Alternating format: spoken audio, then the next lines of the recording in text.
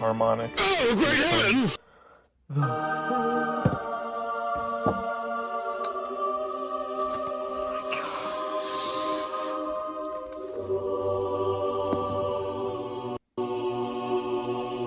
This is what dreams are made of.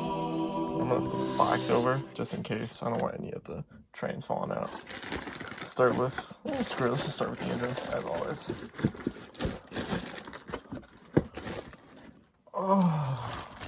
Oh my god. It's like you're having your 6th child already. And as he comes out of the womb, it's just gorgeous. This is actually a brighter yellow than I thought. I thought it was gonna be more like a yellow orange, considering that I think the original engine had a paint scheme that was closer to a yellow orangish. Oh my god, this is gorgeous.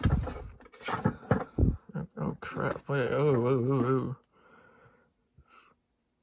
Bit bent. Okay, I'll worry about that later. But when it's at tender, oh, the middle divider styrofoam broke. That's fine. Honestly, getting this out of the package, or at least in the shipping box that I was given, the seller that sold this to me, actually, they did a really good job at packaging this. It was covered in peanuts, styrofoam, what else? I think it was like black garbage bags, not garbage bag, like brown paper. Nah, that's really nice. And here's the tender. This can't be semi-scale. I'm sorry. Since I believe this was built on a standard chassis, this cannot be semi-scale. Like, looking at it sometimes with heavyweight cars, it looks bigger than a heavyweight coach. This is crazy. And then might be able to fix that. Open. I'm not sure how this goes back in though, so I'm thinking you would think that the styrofoam, that part would go there. Okay. Oh, part of the bit of browning right there. I don't know if the engine pooped during shipping or not. Then we got our activation button. I won't be using this because I have command and control in my layout. I believe this is for, what is this? If you want to pause that, yeah. I don't think this is good. I'm saying it's good. I believe this is just for the bell. I believe it's for the bell. I'm not sure though. But I'm trying to put it back in my bag so I can keep it nice. Then we got a little digital keypad for TMCC remotes. What else is this? Just going digging. An extra front truck. Okay. I'll keep it. This is one of the packing peanuts. Oh, something else came out. Oh, I believe this is this is you can put on a real O-scale coupler on this engine if you want. And then also the smoke fluid. I believe, is this one already cracked? No. This one's also like the older bottles. They're not like cracked on top where there's like a hole. You actually need to use, I don't know, some sharp tools or like scissors to cut open the top of it.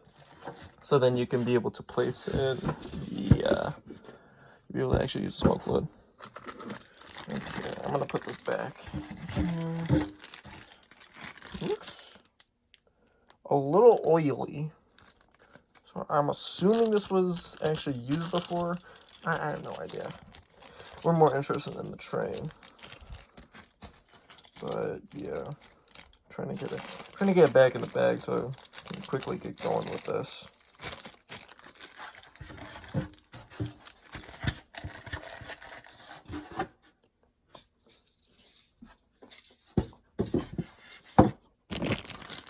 That back in there.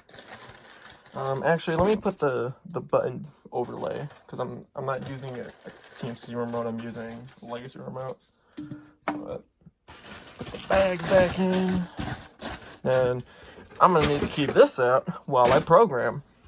So, cue the programming. All right, we got this absolute beauty of a beast on the layout here. Now, real quick before I start, I wanted to try to do like a thing where Eric Siegel does, where he does a history dump on the engine. So skip to this time frame if you don't want to see the history dump. So the C&O F19 L1 Hudson, whichever one it is, originally they were F19 Pacifics. They were built around maybe 1943, 1944.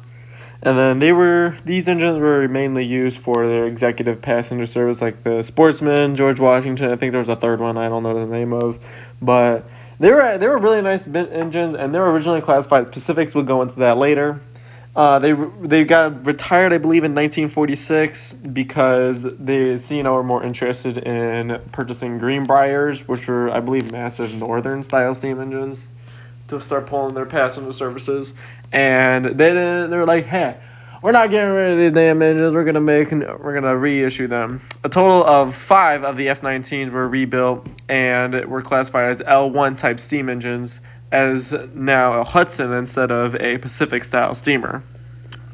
And then I believe the 4 numbers was 490 to 493, with I believe I think the one that's still in preservation right now is 490, and that is at the C&O Railroad Museum.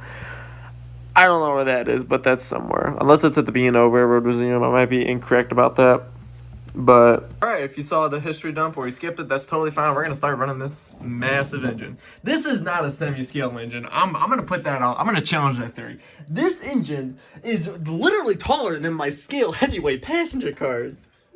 I'm just so excited right now. I really am. I wanted this engine so goddamn badly, and now since I finally have one to end off, or at least cap my bucket list of stuff I wanted to collect, I am officially done collecting. That doesn't mean I'm done with the channel though. I'm still gonna be doing content, but I just don't have any more money to spend on trains. But we're gonna start by powering it up. It took me like 20 or 25 minutes just to get the damn thing programmed because it's a little bit different. But hey, hold on. I was gonna do a reading joke, but I just dropped the damn book. Okay, I didn't finish programming it. I just got it into my Legacy remote. But here, let's just start off with these sounds. Oh my god, this is amazing. This is what dreams are made of. This is the dream, or the whistle that you hear in a dream.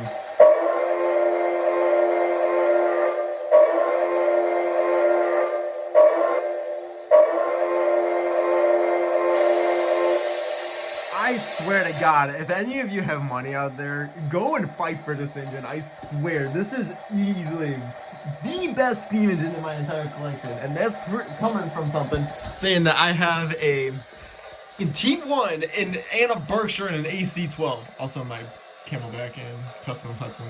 Yeah. This is easily one of the best engines in my collection, without a shadow of a doubt.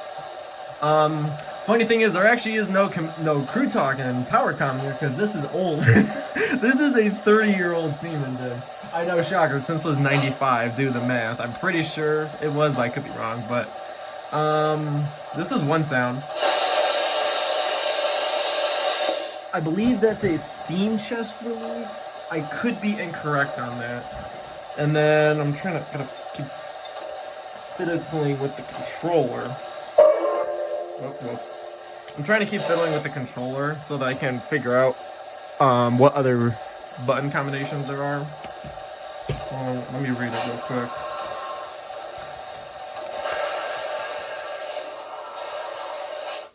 Oh, I turned it off. Okay, let me restart the engine.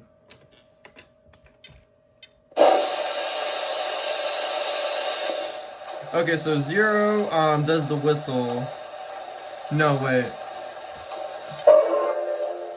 Okay, so apparently 0 does the whistle blow as well, instead of the volume slider. 1 increases sounds. This is literally what this says here. I don't know what 2 is. Reserved for future use. Same for 7. Alright.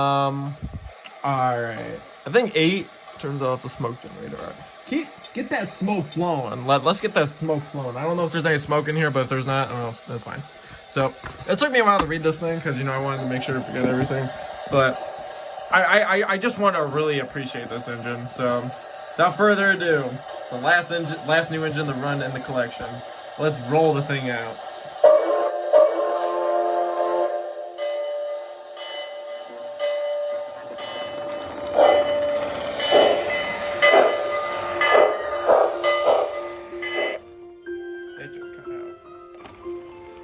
use that.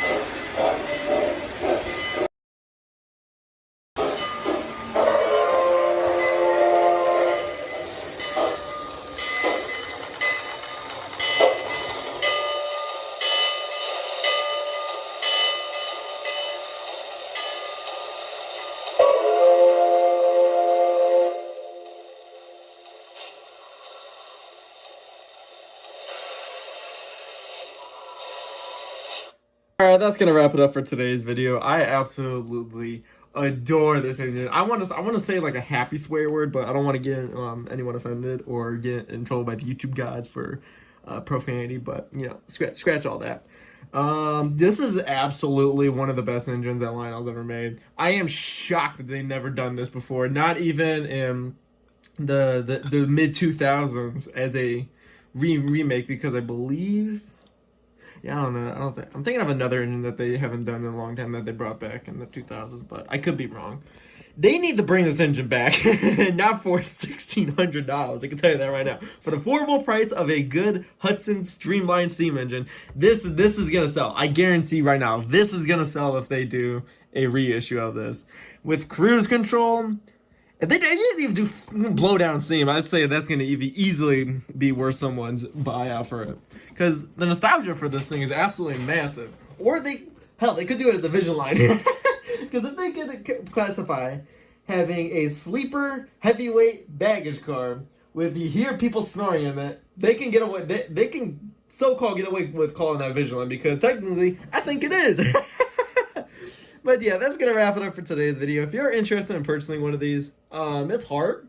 There are, I believe, 9 or 8 listings right now on eBay for this model. I didn't type in Lionel Yellow Belly Hudson. I did the actual serial number of the engine. I did put it at the beginning of the video, so if you forgot that, go check that out. It was in the epic intro that I made. And you should be able to find a lot of good results. Hopefully, they all didn't get bought out. If they did, well, oof. This is just an amazing model that I highly recommend anyone get. It is truly, truly amazing. And I cannot specify or go into further detail about it any longer, because this thing is absolutely... I could say it's close to perfect. I can really say this is close to perfect on an engine. But, yeah. Without further ado, we're just going to wrap it up for today's video. Like, comment, subscribe, hit the bell icon. I don't even know if that's a thing. We're getting really close to 1,000 subscribers, so keep those numbers going. But anyways, this is Northwestern Central Railroad signing off.